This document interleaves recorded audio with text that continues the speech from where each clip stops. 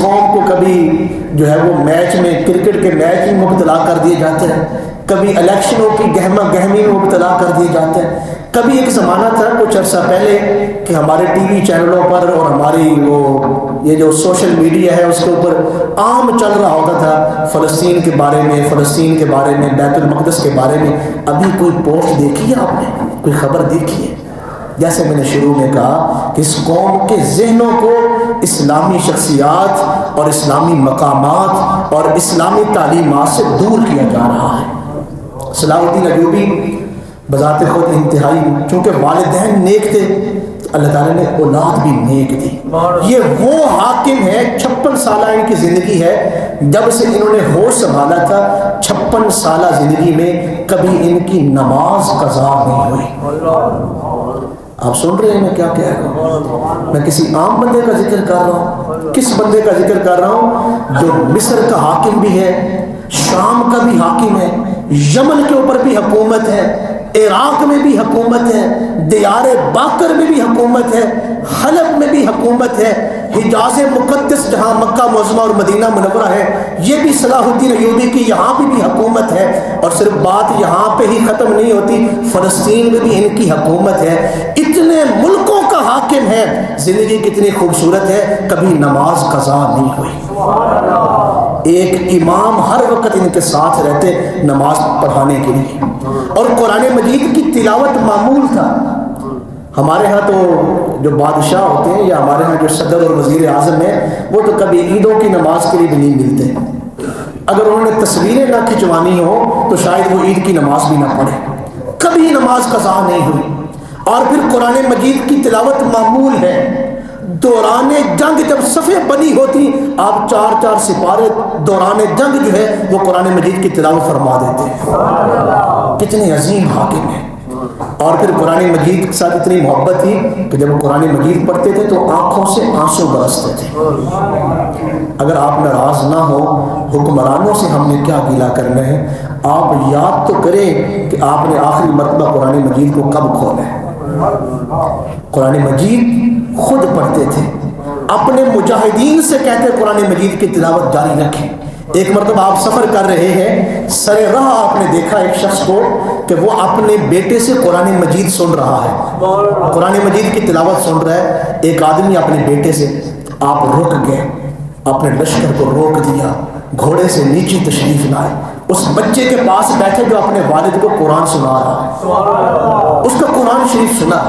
سن کے جب اس کی تلاوت ختم ہوئی تو اس کے والد اور اس بچے سے ملاقات کے بعد سلطان صلاح الدین ایوبی نے صرف اس عمل کی وجہ سے کہ یہ باپ اپنے بچے سے قرآن مجید سن رہا ہے، اس عمل کی وجہ سے سلطان صلاح الدین ایوبی نے ایک زمین کا ٹکڑا اس باپ کے نام کر دیا کہ آج کے بعد یہ انعام ہے، یہ زمین تمہاری ہوگی۔ حدیث مبارکہ ہے اپنے بچوں کو 3 چیزیں سکھاؤ۔ کتنی چیزیں؟ کون سی؟ میری محبت سکھاؤ، میری آل کی محبت سکھاؤ، اور تیسری چیز کون سی ہے؟ قرآن مجید سکھاؤ۔ اچھا، یہ حدیث مبارکہ میں لفظ کیا ہے؟ قرآن مجید سمجھاؤ یا سکھاؤ؟ جی سکھاؤ۔ ایک ہوتا ہے کہنا کسی کو بیٹا قرآن مجید پڑھا کرو، کہنا اور ہے، سکھانا اور ہے۔ اور ہم ان چیزوں سے دور ہیں، ہم اپنے بچوں کو نیک بات کی نصیحت نہیں کر سکتے، قرآن مجید سکھانا ہی کیا؟ سکھایا کیسے جاتا ہے کہ والدہ اور والد بچوں کے سامنے قرآن مجید پڑھ رہے ہوں، پھر بچوں کو شوق پیدا ہوتا ہے۔ والد صاحب نے رمضان شریف کے علاوہ کبھی قرآن مجید کھولا نہیں تو اولاد نے قرآن مجید کہاں پڑھنا ہے؟ ایک ہوتا ہے گھر میں قاری صاحب کی ڈیوٹی لگائی ہوئی ہے، بس وہ آپ کے ٹیوشن پڑھا جاتے ہیں اور ہم سمجھتے ہیں کہ ہمارا بیٹا جو ہے 2-3 سال کے بعد امام غزالی بن جائے گا۔ یہ کیسے ممکن ہے؟ جب تک والدین خود قرآن نہیں پڑھیں گے تو اولاد کے دل میں قرآن مجید کیسے اترے گا؟ تو سلطان صلاح الدین ایوبی وہ عظیم ہستی ہیں جو قرآن مجید سے محبت کرتے تھے۔ جب آپ نے مصر کو فتح کیا، جب آپ مصر کے محل میں داخل ہوئے فاتح بن کے، یہاں دنیا کے بڑے بڑے ہیرے اور بڑے بڑے جواہرات، سونے کے برتن کئی نعمتیں یہاں پر لگی ہوئی تھیں، ایک لمحے کے لیے سلطان نے ان چیزوں کی طرف نہیں دیکھا، بلکہ اس جو سب سے زیادہ خزانہ تھا جب آپ نے مصر کو فتح کیا، اس کی جو جتنی بھی یہاں پہ دولت تھی سلطان نے اسے 3 حصوں میں تقسیم کیا، 3 حصوں میں۔ کون سے 3 حصے کیے؟ ایک حصہ اپنی فوج میں تقسیم کیا اور ایک حصہ بیت المال میں جمع کروایا جو غریبوں کا حق ہے، مساکین کا حق ہے، اور ایک حصہ اس محل کی مصر کے پورے، جب آپ نے فتح کیا ایک بہت بڑی رقم بنتی تھی، وہ ایک حصہ آپ نے اس مدرسے کو دیا ہے جہاں آپ نے قرآن مجید کی تعلیم حاصل کی تھی، مدرسہ نظام الملک میں۔ ہمارے حکمرانوں نے کتنے مدرسے قائم کیے، یہاں تو مدارس بنانے کے لیے، مساجد بنانے کے لیے حکمران جو ہے وہ روکتے ہیں کہ آپ کیوں بنا رہے ہیں، اور اس پہ کتنی بڑی جو ہے وہ کوششیں کی جاتی ہیں۔ اور سلطان نے جب مصر کو فتح کیا، اس محل میں سلطان صلاح الدین ایوبی خود نہیں رہے، ہمیشہ سلطان صلاح الدین ایوبی کسی سرکاری محل میں نہیں رہے بلکہ ایک سادہ مکان میں رہے ہیں، سادہ زندگی آپ نے گزاری ہے۔ اب ذرا دلوں کو تھام کے سنیے، یہ جو محل تھا مصر کا، اسے صلاح الدین ایوبی نے 3 حصے اس کے بنائے، اس کا ایک حصہ اہل اللہ کے لیے وقف کر دیا، خانقاہ بنا دی، اور اس کا ایک حصہ مدرسہ بنا دیا، مصر کے دارالخلافہ کا جو وہ حکومت تھی، جو صدر ہاؤس تھا، اور اس کا ایک حصہ عوام الناس کے لیے کھول دیا، خود اس محل میں نہیں رہے۔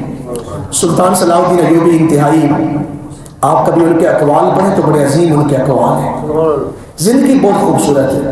آپ کے اقوال میں سے ایک بڑا عظیم قول ہے، آپ نے فرمایا کہ جس کی زندگی میں بہترین دوست نہیں نا، اس کی زندگی تنہائی کے علاوہ کچھ نہیں، جس کی زندگی میں بہترین دوست نہیں، اس کی زندگی میں تنہائی کے علاوہ کچھ نہیں۔ اور ایک اور آپ کا بڑا عظیم قول ہے کہ جس قوم کو بھی آپ نے شکست دینی ہو، اس قوم کی نوجوان نسل میں بے حیائی کو عام کر دو، فحاشی میں اس قوم کو ڈال دو۔ جس قوم کی نوجوان نسل تباہ ہو گئی، سمجھیں وہ قوم کبھی بھی کفار کے مقابلے میں کھڑی نہیں ہو سکتی۔ یہ اس وقت کتنے ملک ہیں اسلامی، تقریباً 56-57 ملک ہیں، فلسطین کی آزادی کے لیے کتنے ملک لڑ رہے ہیں۔ صلاح الدین ایوبی جب نکلے تھے نا فلسطین کو آزاد کروانے کے لیے، اس وقت بھی جو مسلم ریاستیں تھیں وہ صلاح الدین ایوبی کے ساتھ نہیں تھیں، صلاح الدین ایوبی اکیلے نکلے تھے چند ہزار فوجیوں کے ساتھ، اور پوری یورپ کی فوج کو جو متحد ہو کر آئی تھی صلیبیوں کی، صلاح الدین ایوبی نے ان کو شکست دی ہے۔ یہ یہاں پر ایک شہر آپ نے فتح کیا، اکرا، جب وہ فتح کیا تو یہاں ایک صلیبی انٹیلیجنس کا بہت بڑا آفیسر تھا، اسے صلاح الدین ایوبی کے ایک فوجی نے پکڑ لیا، تو اس نے صلاح الدین ایوبی کے فوجی سے کہا کہ میں تمہیں 7 خوبصورت عورتیں دیتا ہوں اور جتنے کلو سونا تم کو ہو وہ بھی تمہیں دیتا ہوں، مجھے کسی طریقے سے یہاں سے نکال دو۔ آپ جانتے ہیں کہ انٹیلیجنس کے جو لوگ ہوتے ہیں وہ کتنے اہم لوگ ہوتے ہیں، تو اس نے مسکرا کے کہا، جو صلاح الدین ایوبی کا فوجی تھا، اس نے کہا میری تربیت صلاح الدین ایوبی نے براہ راست کی ہے، میں صلاح الدین ایوبی کی براہ راست مجلس میں بیٹھنے والا شخص ہوں، تو مجھے ان چیزوں سے خرید نہیں سکتا، ہماری نظر میں ان چیزوں کی کوئی اہمیت نہیں، ہم ان دولتوں کو پیچھے چھوڑ کے آئے ہیں، ان سونے اور جواہرات کو تو ہم دیکھتے بھی نہیں ہیں۔